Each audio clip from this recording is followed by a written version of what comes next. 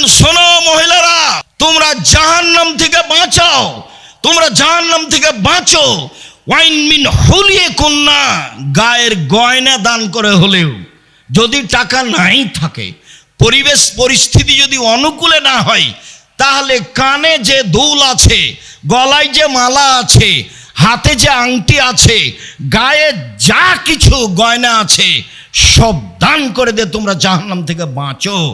এই কথা মুহাম্মদ সাল্লাল্লাহু আলাইহি সাল্লাম বলেন। সম্মানিত দিনী ভাই বোন, আয়েশা রাদিয়াল্লাহু তাআলা আনহা বলেন, ইন্না ইমরাআতান কালাত, একজন মহিলা বলল, আল্লাহর নবী, ইন্না উম্মি মাতাত, ইন্না উম্মি মাতাত ওয়ালা তুসি, আমার আম্মা মারা গেছেন, টাকা পয়সা ওসিয়ত কিছু করে যাননি। ও আজুন্নহা, আমি মনে করছি, লাউ তাকাল্লামাত তাসাদ্দাকাত, উনি কথা বলতে পারলে দান করতেন।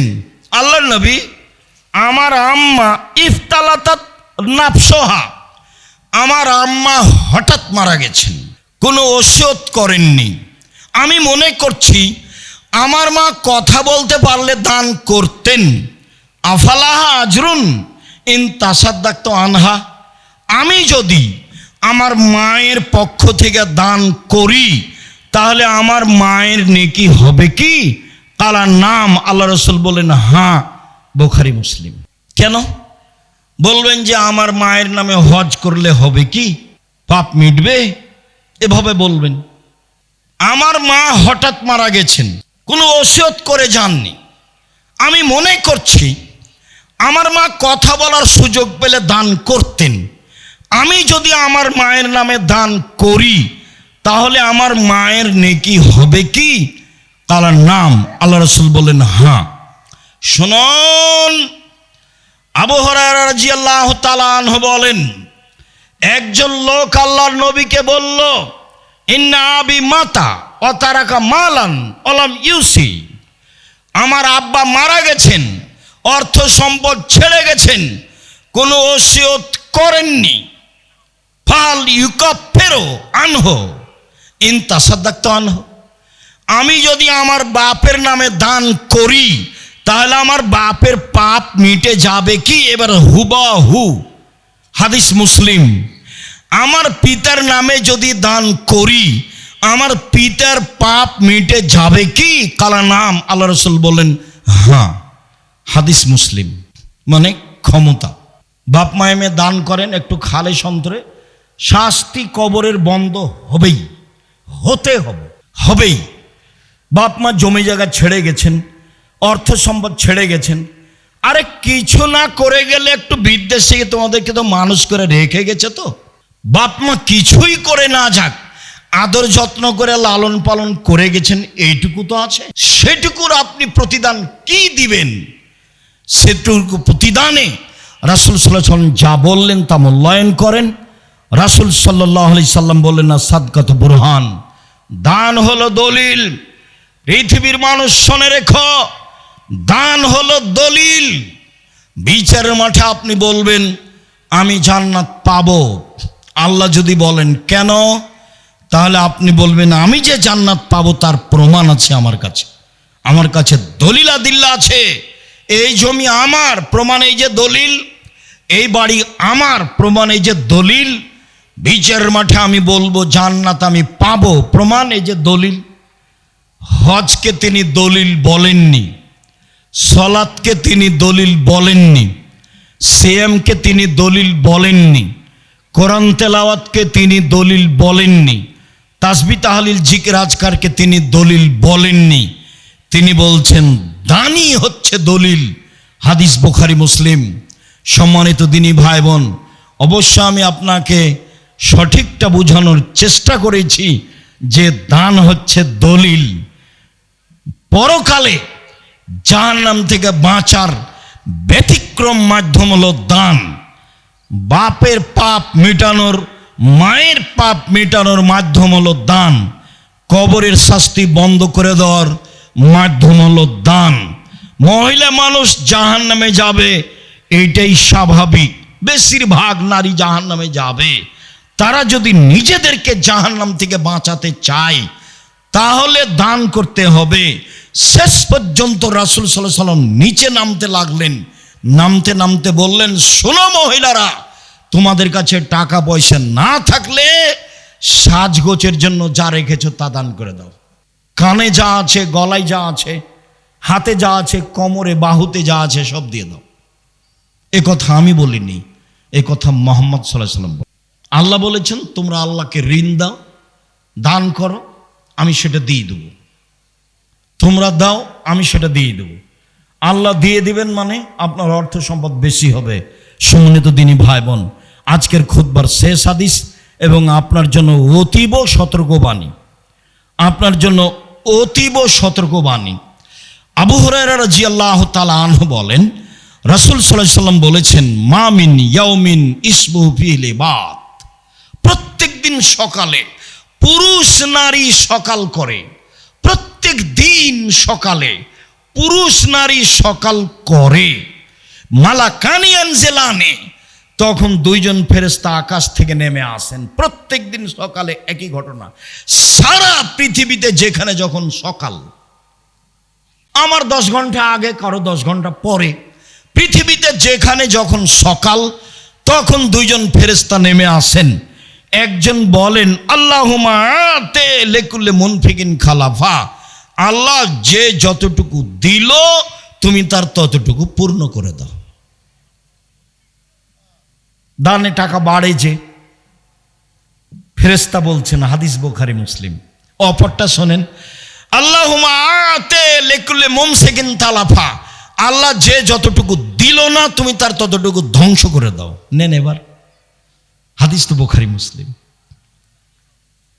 ধরেন সালাতের পরে ছেলেরা আপনাদের সামনে আসবে, তখন যদি এখন আপনি একটু ভালো অবস্থায় আছেন, কিছু দান করব, তখন মনটা খাটো হয়ে গেল, শয়তান এখন একটু সরে আছে। যখনই সালাত শুরু হবে তখন শয়তান চলে আসবে, এসে এখন বলবে সালাত শেষে, না না না না, এই করতে হবে, সেই করতে হবে, টাকাটা আপনি দিলেন না। শয়তান তখন আপনাকে পাগল করছে। ওটাও আল্লাহ বলছে যে শয়তান আপনাকে দান করতে দেবে না। ও খালি বলে যে কমে যাবে, টাকা কমে যাবে, ও এটাই ওয়াদা দেয়, খালি আপনার সাথে ওয়াদা করে, না না না না দেওয়া হবে না, কমে যাবে কমে যাবে কমে যাবে। আল্লাহ বলছেন এভাবে যে শয়তান ওয়াদা করে। এখন আপনি দিলেন না, হাদিস বুখারী মুসলিম, টাকা ওই পরিমাণ ধ্বংস হবেই। তা আমাকে জানিয়ে ধ্বংস হবে না, আল্লাহ তার নিজের মতো ধ্বংস করবেন, তার নিজের মতো ধ্বংস করবেন। কিভাবে হতে পারে? বাড়ি যাচ্ছিলেন, হাত পা ভেঙে গেল, মেডিকেলে গেলেন, টাকা খরচ হয়ে গেল। কিভাবে হতে পারে? বাড়ি গিয়ে দেখছেন ভাগ্নিরা হাত ভেঙে গেছে, বোনে বলছে তাড়াতাড়ি টাকা দে 10,000, এই সমস্যা, এই যে হলো। কিভাবে হবে? যেটা খেয়ালই ছিল না, এক বন্ধু এসে বলছে চল আগে খাওয়া দাওয়া করি, তখন তুমি ঠিকই খরচ করে দিলে। এই যে ক্ষতি হবেই, ধ্বংস হবেই। হাদিস বুখারী মুসলিম, হতে হবে, এটা সতর্কবাণী। যখন কেউ চাইবে তখন ও ঘোড়ায় চড়ে থাক আর হাতিতে চড়ে থাক, চাইলে দিয়ে দিবেন যা অনুকূলে হয়, তার নাম এইভাবে। আর যদি নিজে থেকে দেন তাহলে পরহেজগার মানুষকে দিতে হবে, বিবেচনা করে দিতে হবে। দিনাজপুরে অনেক প্রতিষ্ঠান আছে, জামিয়া সালাফিয়া আছে। এই দেশে সর্বপ্রথম সবচেয়ে বড় প্রতিষ্ঠান জামিয়া সালাফিয়া, আয়াতনে বড় প্রতিষ্ঠান জামিয়া সালাফিয়া, ছাত্র সংখ্যায় বড় প্রতিষ্ঠান জামিয়া সালাফিয়া, শিক্ষক সংখ্যায় বড় প্রতিষ্ঠান জামিয়া সালাফিয়া, শিরক মুক্ত প্রতিষ্ঠান জামিয়া সালাফিয়া, বিদাত মুক্ত প্রতিষ্ঠান জামিয়া সালাফিয়া, দল মুক্ত প্রতিষ্ঠান জামিয়া সালাফিয়া, সংগঠন মুক্ত প্রতিষ্ঠান জামিয়া সালাফিয়া, হিংসা মুক্ত প্রতিষ্ঠান জামিয়া সালাফিয়া, জাতির ছেলে মেয়েকে শিরক থেকে বাঁচানোর, ঠাকুরের ঘাম থেকে বাঁচানোর এদেশে ব্যতিক্রম প্রতিষ্ঠান জামিয়া সালাফিয়া। আপনি জীবন বাজি রেখে জামিয়া সালাফিয়াকে যে কোনো মূল্যে মূল্যায়ন করবেন, এটা আমার আন্তরিক দাবি। আমি আব্দুর রাজ্জাক বিন ইউসুফ উত্তরবঙ্গের পুরুষ নারীকে বলে যাই, নেয়ামতকে ভুল বুঝবেন না। জামিয়া সালাফিয়া আপনার আল্লাহর পক্ষ থেকে দেওয়া নেয়ামত, বসে থেকে ভালোবেসে দান করে পরামর্শ দিয়ে যে কোনো মূল্যে মূল্যায়ন করার চেষ্টা করবেন। দেশের ব্যতিক্রম অমূল্য সম্পদ জামিয়া সালাফিয়া। রাসূল সাল্লাল্লাহু আলাইহি সাল্লাম বললেন, আল ইয়াদুল উলিয়া খায়রু মিন ইয়াদিস সুফলা, দেওয়া হাত ভালো নেওয়া হাতের চেয়ে, দেওয়া হাত ভালো নেওয়া হাতের চেয়ে। ছেলে মেয়েকে টাকা দিয়ে দান করা শিখাবেন, নিজে দান করতে শিখবেন, মানুষের কাছে হাত পাতবেন না কোনো সময়। সম্মানিত দিনী ভাই বোন, অসহায় ছেলে মেয়ের শিক্ষা প্রতিষ্ঠান জামিয়া সালাফিয়া, বিত্তশালীদের ছেলে মেয়ের শিক্ষা প্রতিষ্ঠান জামিয়া সালাফিয়া, সম্পদশালীদের ছেলে মেয়ের শিক্ষা প্রতিষ্ঠান জামিয়া সালাফিয়া। আমার মনে বড় সাধ, এই দেশের মাটিতে আমি উন্নত মানের প্রতিষ্ঠান গড়বই ইনশাআল্লাহ, যেখানে ছেলে মেয়ে বাংলা, ইংরেজি, আরবি উন্নত মানের শিক্ষা অর্জন করে জাতির অন্যায়ের বিরুদ্ধে লড়বে ইনশাআল্লাহ, যে কোনো মূল্যে, যে কোনো সময় আমি আপনার পাশে আছি আপনার ছেলে মেয়েকে ভালো থেকে ভালো মানের শিক্ষা দেওয়ার জন্য। অতএব খুতবা শেষে আবারও বলছি, কম থেকে কম হলেও দানের হাত সব সময় রাখবেন, বেশি থেকে বেশি হলেও দানের হাত সব সময় রাখবেন। সালাম ফেরার পরে উঠে যাওয়ার চেষ্টা করবেন না। আপনার কারণে 5 জন ক্ষতিগ্রস্ত হোক, এটা আপনার চাওয়া আমি আব্দুর রাজ্জাক বিন ইউসুফ চাই না। যখন পরিবেশ ঠান্ডা হয়ে যাবে তখন আপনি উঠে যাবেন। হাইকোর্ট নয় আজ, জজ কোর্ট নয় আজ, সুপ্রিম কোর্ট নয় আজ, এমন কিছু দুর্ঘটনা নেই সালাম ফিরলে আপনাকে উঠে যেতে হবে। আপনি বোকামির পরিচয় দিয়ে জামিয়া সালাফের ক্ষতি করবেন না, পরিবেশ নষ্ট করবেন না। আমি আব্দুর রাজ্জাক বিন ইউসুফ আপনার দিনী ভাই, আমি আপনাকে দিনী ভাই মনে করি, আপনাকে আমি দিনী বোন মনে করি, আপনি আমার দিনী বোন, আপনার কাছের মানুষ আমি। অতএব আমার দিনী ভাই, দিনী বোনেরা জামিয়া সালাফের জন্য দোয়া করবেন, নিজের জন্য যেমন দোয়া করেন। জামিয়া সালাফের কল্যাণ কামনা করবেন, নিজের জন্য যেমন কল্যাণ কামনা করেন। জামিয়া সালাফিয়া শিরক মুক্ত, বেদাত মুক্ত প্রতিষ্ঠান, দল মুক্ত, হিংসা মুক্ত প্রতিষ্ঠান। একবারে খোলা হস্তে আল্লাহকে সন্তুষ্ট করার জন্য দান করবেন।